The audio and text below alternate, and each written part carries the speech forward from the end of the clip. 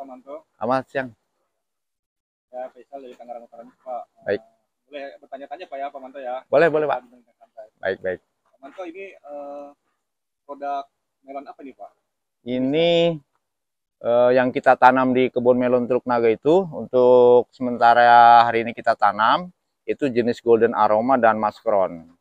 Gitu. Dia teksturnya tuh crunchy ya.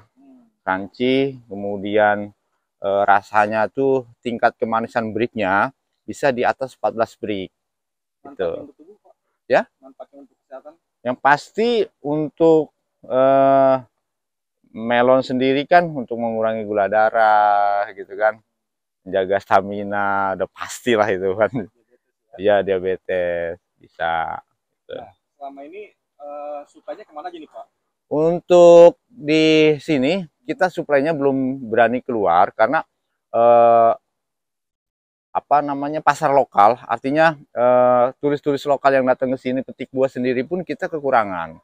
Karena memang kapasitas yang kita tanam di sini juga nggak banyak, karena terbentur satu masalah permodalan, kemudian walaupun kita punya lahan 2.600 meter untuk pengembangan, tapi memang permodalan ini yang jadi sebuah masalah bagi kami. Gitu. Nah, ini panennya berapa bulan sekali, Pak?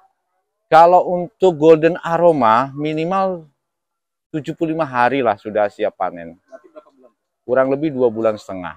Menghasilkan berapa ton? Untuk yang di lahan kami tanam ini, karena luasnya hanya 180 meter, itu antara 4,5 sampai dengan 4 kintal. 4 kintal? Ya. Per bulan? Ya. Jadi itu yang golden ya? Ya, yang Golden Aroma. Yang ini, Maskron, sementara kita Maskron kan masih uji coba penanaman nih. Kebetulan kemarin dapat sumbangan juga bibitnya Maskron itu yang dari Jepang, yang pada saat ini sedang viral-viralnya tuh harganya memang tinggi ya. berapa, Pak? Harga di Jepang itu 2.500.000 per butir. Per butir buah? Iya, per butir buah. Kalau untuk Indonesia di marketplace antara 1.500.000 sampai dengan 1,8. Tapi rata-rata di petani penjualannya tergantung dari wilayah, gitu, menyesuaikan lah. Nah, misalkan ada yang ingin bekerja sama nih, Pak, Baik. dalam pengembangan ini. Nah, Baik. gimana tuh, Pak, tanggapan Bapak? Tanggapan kami sangat terbuka. Justru itu yang kita butuhkan untuk pengembangan khususnya di wilayah Teluk Naga ya. Nah, kira-kira butuh berapa tuh modalnya tuh, Pak, kebutuhannya tuh? Kan ada 1 hektar, untuk membutuhkan biaya berapa gitu? Untuk 1 hektar, kalau kita satu greenhouse 500 meter, satu greenhouse 500 meter dengan alat-alat teknologi berikut sekaligus nanti langsung penanaman, itu minimal satu greenhouse dengan luas minimal 400 sampai dengan 500 meter itu 150 juta. Ya, tinggal dikalikan aja, kalkulasikan. Nah, break-even poinnya berapa bulan atau berapa tahun? Balik modal, kalau memang kita penanamannya dalam jangka waktu 1 tahun itu bisa 3 kali panen ya, minimal 3 kali panen, itu 2 tahun bisa balik. Paling lama ya, paling lama. Jadi modal 150 juta tadi ya? Iya. Oke, 150 juta untuk 500 meter atau 1 hektar? 500 meter. Iya, kalau 1 hektar tinggal dikalkulasikan saja. Gitu. Nah, selama ini Bapak kenapa nggak mau supply ke Total Buah atau gimana? Kendalanya apa? Kendalanya kita produksi buahnya kita belum mencukupi. Belum kontinu. Karena kalau sudah kita masuk ke pasar, apalagi pasar modern, otomatis kita harus bertanggung jawab menjaga pasarnya itu. Gitu. Jadi kami belum berani lah. Nah, harapan Bapak nih, Pak, untuk pengembangan buah melon ini apa ke depannya? Harapan kami dengan tim, dengan rekan-rekan juga semuanya yang menggeluti di bidang melon ini, khususnya di wilayah Teluk Naga, harapan kami mendapatkan sokongan agar kami juga bisa mengembangkan melon-melon yang berskala premium dengan penanaman dengan teknologi modern. Kebetulan kami juga ada lahan 2.600 meter untuk pembangunan minimal 5 sampai dengan 4 GH. Jadi yang kami harapkan adalah bagaimana caranya pemerintah khususnya bisa membantu kami dalam rangka pengembangan budidaya melon ini. Berapa per buahnya, Pak? Per buahnya kita kilo untuk Golden Aroma ini dengan harga 35.000. Murah ya? Ya, cukup murah karena memang di online itu 98 sampai dengan 100 ribuan lah harganya. Baik, ini adalah salah satu jenis melon maskron yang bibitnya memang dari Jepang khususnya ya. Satu butir biji bibit maskron itu harganya 10.000. Jadi memang bibitnya ini masih langka di peredaran karena memang perawatan untuk maskron itu harus spesialis khusus untuk mendapatkan kemanisan yang breaknya itu tinggi gitu. Memang kendala kami kalau kita penanaman kurang lebih 1.000 bibit dikalikan 10.000 saja sudah berapa juta gitu kan. Inilah kenapa maskron itu bisa harga jualnya tinggi karena untuk mendapatkan kemanisan yang betul-betul sesuai dengan tingkatan maskron itu memang perlu dengan perawatan yang sangat khusus, nggak bisa sembarangan. Makanya dikatakan maskron ini harganya memang tinggi, dia pasarannya mahal gitu. Sementara untuk bibit-bibit yang lain seperti Golden Aroma, Alisa, kemudian Adinda, Sweetnet, ada di Sweetnet 9. Alhamdulillah untuk seller-seller yang di Indonesia khususnya banyak sekali dan bisa dipercaya gitu. Itu selama saya dan tim menanam di sini, kita sudah mencoba ada Alisa, Golden Aroma, Sweetnet, Sweetnet 9, Intanon ya. Itu sudah kita coba semua di sini ya. Jadi untuk masalah bibit yang paling tersulit dan paling mahal adalah jenis maskron. Awal kami membentuk khususnya di komunitas ya, komunitas awalnya kita komunitas anggur Teluk Naga, kemudian karena memang kita satu misi nih, rekan-rekan satu misi mengembangkan dalam dunia pertanian, adalah inovasi-inovasi dalam bidang pertanian. Kalau melon ini kan masa tanamnya pendek, jadi pada waktu itu kita kumpul bareng dengan rekan-rekan, selama menunggu anggur itu panen atau berbuah, kita mengambil tanaman yang jangka pendek, yaitu melon.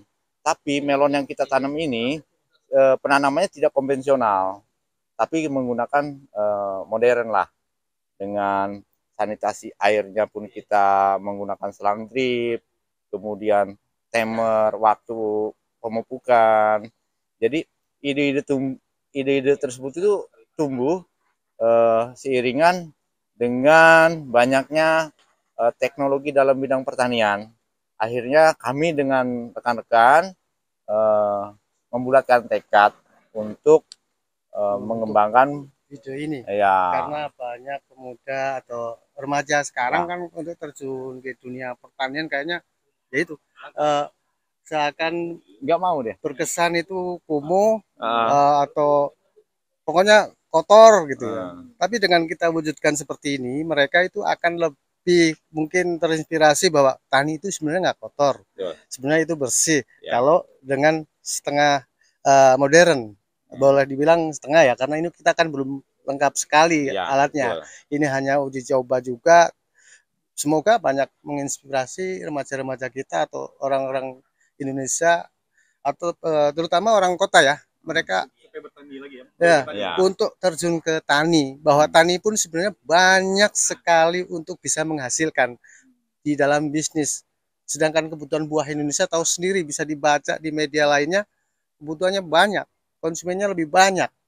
Tapi orang-orang kita itu kebanyakan untuk bertani kayaknya kurang gengsi atau gimana. Padahal sebenarnya nggak kotor. Buktinya ya seperti ini, bersih.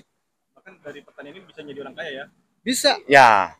Bisa. Kalau digelutin dengan serius akan menghasilkan lebih banyak. Apalagi dengan kualitas dan mutu yang ditingkatkan itu mengeluarkan varian-varian baru yang lebih bagus. Jadi kualitas bagus, pertaniannya setengah modern, lebih bagus lagi kalau mau dibikin modern, mungkin greenhouse-nya yang mewah, yang dengan aliran dan drainasenya yang lebih bagus, di sistemnya lebih bagus lagi, akan lebih bersih. Bahkan mungkin kotor pun enggak, pakai baju putih ke sini pun sebenarnya nggak kotor, orang tinggal setel doang, nyalakan, air jalan sendiri di timer jam sekian, nyala, jam sekian mati, sekian tetes yang harus keluar itu udah diukur semua. Bahkan pemupukan kalau dulu bilang kan disemprot atau apa dengan tangannya kotor, ini enggak, udah diaduk sendiri dalam drum ini, baik pupuk atau air itu udah jalan dengan sendirinya. Ya. Nah, Bang Iwan, supaya merangsang nih, agar anak-anak muda ini menjadi petani muda, petani buah aja, petani muda yang bergelut di pertanian buah-buahan. Nah, merangsangnya gimana supaya anak muda ini bertani gitu? Ya, untuk merangsangnya ya mungkin dengan memperkenalkan tempat seperti inilah, biar kesan mereka terhadap pertanian itu bahwa itu enggak kotor. Kalau mereka yang nggak mau kotor, tapi bagi mereka yang udah biasa dengan kotor, mungkin malah lebih senang lagi. Dia akan lebih semangat lagi. Ah, itu aja malah bersih, enak, nggak capek. Kesan mereka capek. Mungkin pikirannya cangkul pegangannya. Padahal ini nggak nyangkul, cuman tinggal gelar karpet, kasih polybag atau media yang lain dengan satu persatu untuk menghindari penyakit biar nggak menular. Kalau satunya kena virus misalnya, tinggal ambil satu, udah cukup. Ya, kalau untuk pesan saya untuk pemuda-pemuda yang saat ini, jangan malu jadi petani. Petani itu menghasilkan uang miliaran. Kalau kitanya punya keinginan, ya fokus, proses, ya kan, jalani, tekuni, ubah nongkrong yang tadinya tidak bermanfaat, kita nongkrongnya dalam dunia pertanian. Jadi ada manfaatnya, gitu. Begadang boleh, tapi begadang yang ada hitung-hitungannya, gitu. Untuk para pemuda, khususnya di wilayah Teluk Naga, ayo semangat, kembangkan pertanian Indonesia. Pangsa pasarnya terbuka lebar sama sekali, benar-benar terbuka lebar. Ya, belum ada saingan. Ciptakan lapangan kerja. Kita sekolah tinggi, jangan mencari kerja, tapi usahakan membuka lapangan kerja, menciptakan lapangan kerja. Terima kasih, ya. Salam untuk para pemuda khususnya Teluk Naga. Ayo semangat kita bertani. Tidak punya lahan luas, di pekarangan rumah pun bisa menghasilkan. Baik, assalamualaikum warahmatullahi wabarakatuh. Terima kasih juga kepada Tangerang Utara News yang pada hari ini bisa hadir ya, kesempatan hadir di tempat kami ya. Mudah-mudahan kita bisa berkolaborasi. Terima kasih. Assalamualaikum warahmatullahi wabarakatuh.